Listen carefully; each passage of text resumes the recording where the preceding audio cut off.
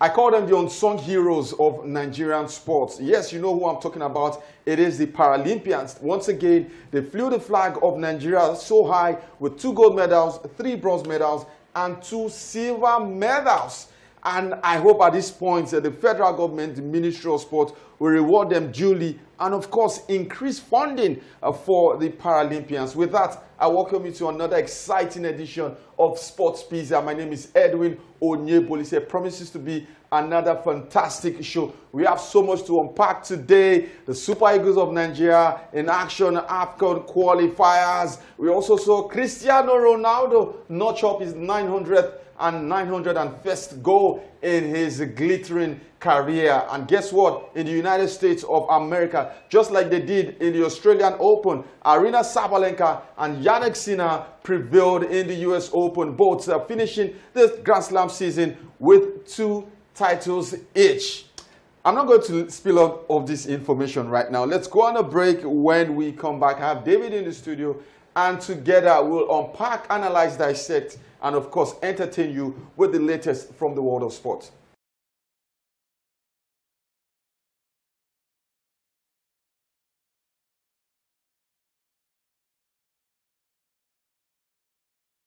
Welcome back to the show. Edwin in the building alongside David. David, welcome to the show. How you doing? Edwin, pleasure to be here as always. I mean, for the first time in a long time, I actually enjoyed an international weekend. You know, Yeah. The football, there were a lot of surplus. Apart from the football on the pitch, there were surplus. I mean, the England issue with Declan Rice and Jack Grealish, the England and Ireland conundrum. Yeah. There was a lot of surplus. It was an interesting weekend overall. And you have a nice cut. I decided to just... Is it for yourself or for the ladies? It's for myself. All right, let's get out to action, David. Of course, we started with the Super Eagles of Nigeria. Let's put the results on one side. Did you like what you saw, both games? Yeah, so I think what I saw over the games was just a coach actually getting the players to do the best that they could do. Just put the players out and allow them to express themselves freely. I think Gabon went with tactics that, you know, provided the best platform for the players to express themselves. And I think it was very key. One of his pressers, he mentioned the fact that it's not about information or the information we set out. It's just allow the players to express themselves. And I think they did the very best they could. Should he get a job permanently? Because after the first win, social media was awash with fans saying, oh, give him the job, he deserves it, blah, blah, blah, Cerezo. On the other hand, you had some who reminded us of the 2021 AFCON. Also reminded us of the World Cup qualifiers. Where do you stand? I don't think he should get the job full time. I don't think so. I think his position as technical director of the NFF should remain. But I think we need to go forward with a coach who will take us to the next level. I think Gabon, he enjoyed a bit of new manager bounce, to be fair, over this qualifier. So I think it's not going to be going forward. We might find ourselves in a hole. It will be difficult for us to dig ourselves. So I think we should go with a substantive manager going forward. Before leaving the Super Eagles of Nigeria, let's put Victor Osimhen once again under the spotlight. I don't know if you saw the story. Multiple reports quoting Finidi George saying that he reached out to Victor Osimhen and is yet to get an apology. Should Osimhen have been allowed to play without offering an apology, or do you think there was a need for an apology in the first place? I think from the moral angle, I think there was a need for an apology. But looking at it, the way the whole issue played out, and the fact that these are two professionals, a coach and a player, and I think the way the matter, as if Finidi was still the manager in charge, okay, we'll say if he doesn't apologize, he's not going to get back to the team. But I think the team moved on from the whole issue. I think Osimhen is still the best player in that team. So I think as long as it doesn't cause, the friction does not remain in the team. You know, the two warring parties were not involved. They were not directly in contact. So I think the team just moved forward from that. All right, we'll leave the Super Eagles, but remember, the next international break, the Super Eagles will converge. It's still the AFCON qualifiers. Let's touch on the MPFL. Still match day 1, but the curtain raiser, we had it last week. Abia Warriors lost at home to Remo Stars, Bendel Insurance, and Rivers United played out a goalless draw. Heartland lost to Inyimba, 1-3. Emphatic result for Inyimba. Kano Pillars defeated newcomers Ikorodu City by 3 unreplied goals, and Rabiu Ali still going strong at 43 years old, scoring a brace. Kwara United lost to Niger Tornadoes 1-2. Nasarawa United were held at home by Shooting Stars. Once again, we saw that penalty. Was that a penalty? Was that not a penalty, David? The drama. That's not a penalty. I mean, how do you give that? I don't understand why our officials, they keep painting themselves in bad light, and I don't know how we're going to get ourselves out of this situation. Maybe get the games on TV, more spotlight on the officials. They will get back to life. But I think the underlying issues, still need to be addressed. Before we leave the home front, David, Paralympics, my intro was all about the Paralympians. You can't but marvel at the level of accomplishments and consistencies from this group of sportsmen over a long period of time. Yeah, absolutely. And to think that this Paralympics is probably one of our worst 7 medals. We've had 13 medals before, even with fewer contingent. But I think this Paralympics was underlined by 2 world records being broken by 2 Nigerian athletes. I think that's testament to the resilience that this, and in the powerlifting. Powerlifting has been one of our strongest sports, in Paralympics. The 61 kg we had a gold medal, and also the 86 plus 86 kg we had another gold medal. And they said, see the weights they lifted. Out of the 7 medals we won, 4 were from powerlifting. So that tells you how strong we are in that sport. But I think these athletes they need support. If we go back now and look at all the support, I'm sure they didn't get as much support as is needed. David, if you go to the National Stadium and see where these athletes train, you will weep. You will weep. You will weep.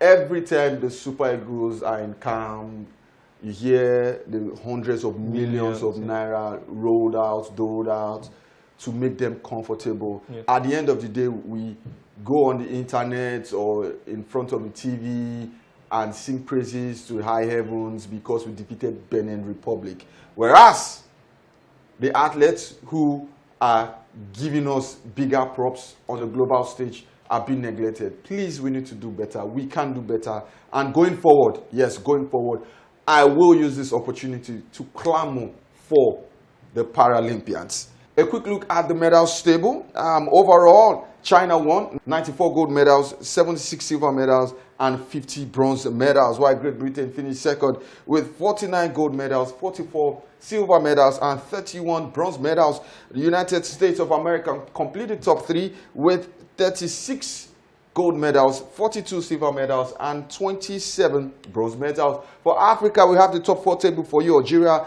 top the Africans standing with 6 gold medals and 5 bronze medals. They were 25th overall. Tunisia in second with 5 gold medals, 3 silver and 3 bronze medals. 27th overall. Morocco third with 3 gold medals, 6 silver medals, and 6 bronze medals. Finishing 31st overall. While Nigeria finished the 4th on the Africans medal table with 2 gold medals, 3 silver and 2 bronze medals, with an overall placement of 40th. Finally, on the first half of the show, David, the US Open, Aryna Sabalenka, she has been getting closer and closer to the US Open. Finally, she landed it. Yeah, absolutely. I think testament to the hard work she has put in the last 1 year. She lost last year's final to Coco Gauff, and there was the video that emerged where she smashed her rackets in the dressing room. She was really upset with herself, and I think a lot of things she worked on. One thing that she worked on was her service. At a point over the course of the season, she asked her coach was like, "I might have to leave you because I don't think there's much I can offer you." But she said, "I think this is me, and this is something I can work on myself." And then she did, and it culminated in this victory. The moment Coco Gauff was knocked out, we had question marks over her prowess on hard court. I think the way just paid for her, and she took massive advantage of it, and she got herself. There's a lot of improvements in her game. I think she shows that, apart from Igor Swiatek, she's one of the strongest players on the WTA circuit. And Yannick Sinner, not without controversy. Not without controversy. The doping case has overshadowed what was a fantastic tournament for him. But all in all, is perhaps the best player in 2024. I mean, he has been the man of 2024. 55 wins, 5 losses in 2024. And he was on a 23 match winning streak here up until the final, and he won. So I think he's been very strong. He has gotten, the 2 titles he has won in his career have been in the same year. And I think that's the first time it happened since 1977. So I think that's a big deal for him. So I think the future is bright for him. 23 years of age. There's a lot more for him to achieve. Let's go on a short break. When we come back, it's going to be the second half of Sports Pizza.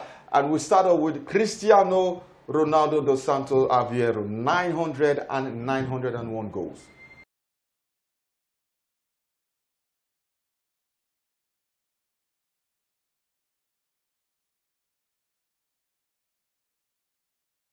Welcome back to the second half of the show. It is still Sports Pizza. If you're joining us for the very first time, we will give you the very best analysis and information from the world of sports. Remember to give us a follow on our social media platforms. The handles are showing now on your screen. And David, it is the man of the moment, Cristiano Ronaldo, 901 goals. Now, let me put it in perspective.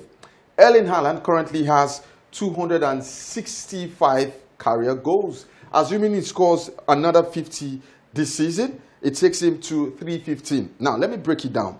To equal Ronaldo's 901 goals, assuming Ronaldo quits football right now, Erling Haaland needs to average 58.5 goals over the next 10 seasons, 48.7 goals over the 12 seasons, and 45 goals in the next 13 seasons. Now, if we do same for Kylian Mbappe, 334 career goals. If he does 50 this season, that is assuming he does 50 this season, it takes him to 384 goals. Over the next 10 seasons, he needs to do 51.6 goals. The next 12 seasons, he needs to average 43 goals. And the next 13 seasons, he needs to average 39.6 goals. Incredible. Incredible. And I think all these numbers you've listed is if Ronaldo retires now. Yeah, if he retires now. He said it himself that he's targeting 1,000 goals. So I think that tells you to think that this is a man who did not start his career as a striker. He started as a winger from Sporting Lisbon, joined United, also as a winger. Then, when he got to Madrid, even his first few seasons, he was not a striker. Then he transitioned to a striker. But it's just remarkable, his longevity, his quality. So people can doubt, is he the best player of all time? Is he the best player of his generation? One thing that is known in that is the greatest goal scorer football has ever seen, the greatest goal scorer of his generation. There's no question about that. Is this coming at a cost for Portugal long term? I don't think so. I think as long as he keeps scoring the goals, as long as his goals keep coming, I don't think so. At some point, they need to build for the future. You cannot. Ronaldo is 39. Yeah. When the World Cup is around, he's going to be 41. So, yeah, he can defy logic sometimes, but you do not expect Ronaldo to be as fit as he is right now. 2 years from now. Right now, his physical fitness is under question. We saw him at the Euros. Don't you think that going forward, he needs to take a reserve role in this Portuguese team? You come in the final 20, 30 minutes when defenders are tired, and of course you get goals.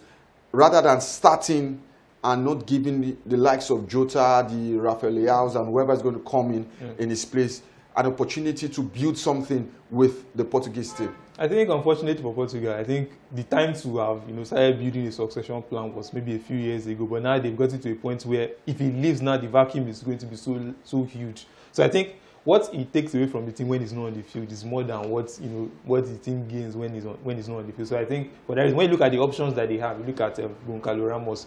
His injury record is not the best. His goal scoring record is also not the very best. Rafael Leaos is not a consistent goal scorer. Also, Jota also cannot stay fit most of the time. Even his record for national. So I think for that reason, I think they have a big problem. How they are going to find a way to solve? Maybe they won't get the goals that they are going. The number of goals they will not be able to replace those goals. But maybe a system that will get the best out of the team. Then he can come in and just be the finisher for them.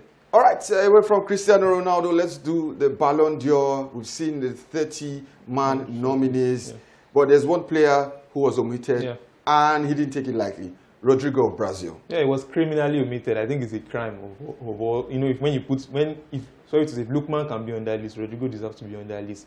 But I'm not comparing the two players. But I'm just saying we've seen Rodrigo for Real Madrid last season. We saw how important he was, and even for Brazil, you've seen him turn up once or twice. So I think he has every reason to feel disappointed because quality for quality in this generation, there are very few right wingers who are better than him. If you were to take out one player for Rodrigo, who would that be?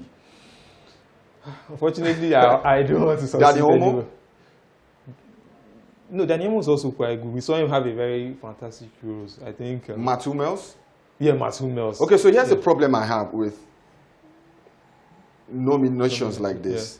The fact that we neglect 10 months of club football and focus on 1 month of international football. So I'm not saying it is not important, but I think international football should be tiebreakers rather than the foundation on which to gauge a player's consistency over a season. Without the Euros, would you have nominated Dani Olmo? No. It's not. His season for Leipzig was not. That's it. Yeah. That's it. Same with the Champions League. I don't think because you are the best player in the Champions League, it is high-pressured game, yes. But it is 13 games compared to 38 games. Yeah. Mats Hummels was good in the Champions League, yes. But in the Bundesliga, he wasn't. Yeah. So that's my grouse with awards and nominations, and I know that it's very, very subjective. Absolutely. Always subjective. Before we leave, how about to take a look at 1 or 2 games from the Nations League and World Cup qualifiers from South America. England defeated Republic of Ireland, and 2 players who got a lot of boos, a lot of criticisms, and some very nasty vitriol were Declan Rice and Jack Grealish. The reason? Because both players represented Republic of Ireland at youth level. Declan Rice took it a step further, represented the senior national team thrice before he switched allegiance to England. Yeah. Who writes the scripts? Both players on the score. I mean, football writes his own script. And it was almost written, as soon as Declan Rice scored the first goal, I think there were odds for Grealish to be the one to score the next one. I think a couple of people on social media, I saw some tweets that they actually jumped on it and they were fortunate to actually cash out from it. But I think we've gone past this in international, allegiances are fluid. Declan Rice is fine. His grandparents are Irish, but they gave birth to his father, especially in England. So I think for that reason. But we've seen international crosses. We've seen people play for Tony Cascarino. Was Italian origin. He was born in Ireland and he represented Ireland. You don't see Italians going to Tony Cascarino. So I think they need to move past things like this. For France, it was a shock loss to the Azzurri. Yeah. Are we seeing a turnaround for Italy? Is this a sign that Italy are turning around the corner and we should expect great things from them? I mean, we said it after the Euros that we should not judge Spalletti based on Euros performance because he came in on short notice and there was still a lot of rebuilding needed to be done. But we knew that with the young squad they had and with Spalletti as a manager, there were tendency for them to get it right. And I think hopefully this is the turning point, breaking their long winless streak against the French national team. They've gone over 30 years without beating France. So I think hopefully Spalletti can now use this as a springboard to build forward. And finally, Argentina, relentless in South America, and Brazil are a shadow of themselves. I look at that Brazilian national team. They don't have a superstar number 10. No. They don't have a superstar goal scorer. Brazil used to be the benchmark. Yeah. Right now, they are one of those teams. How sad. How far have they fallen? I mean, whisper it quietly, Vinicius Junior is still an absentee when it comes to representing Brazil. I mean, I don't understand how you can be very good for your club team, man. With the players of the generations we used to adore, of yesteryear's club team, national team, they always just put on the jersey and play the football. But we see players these days play well for their club, get to the national team and struggle. So I don't understand. But for Brazil, I mean, you look at that squad and there's no name to actually, to excite you or to even frighten you. And that's how far they've fallen. Hopefully they'll get it right. But we look at the next generation coming through. Still the same of the same. No hope that is coming from David. With that, we'll pull the curtains on today's show. It's been exciting talking sports with David. Also, I'm sure you enjoyed every bit of today's show. We'll be back with another exciting episode. As is our custom, we'll leave you with our video for the week. And remember to give us a follow on our social media platforms. The handles are showing on the screen. Let me use this opportunity to say a happy wedding anniversary to my beautiful wife. Yes, this week was my wedding anniversary. I wish you all the best, so much love. I love you so much, and thank you for being a fantastic wife, and thank you for feeding me very, very well. David, don't be jealous. Your time is coming. No, I don't have jealousy in my bones. My time is coming. All right, it is adios from me, Edwin Ojobolis here. And David, once again, it's been a pleasure being on set with you. Yeah, great show as always. Always a pleasure. From David, it's goodbye.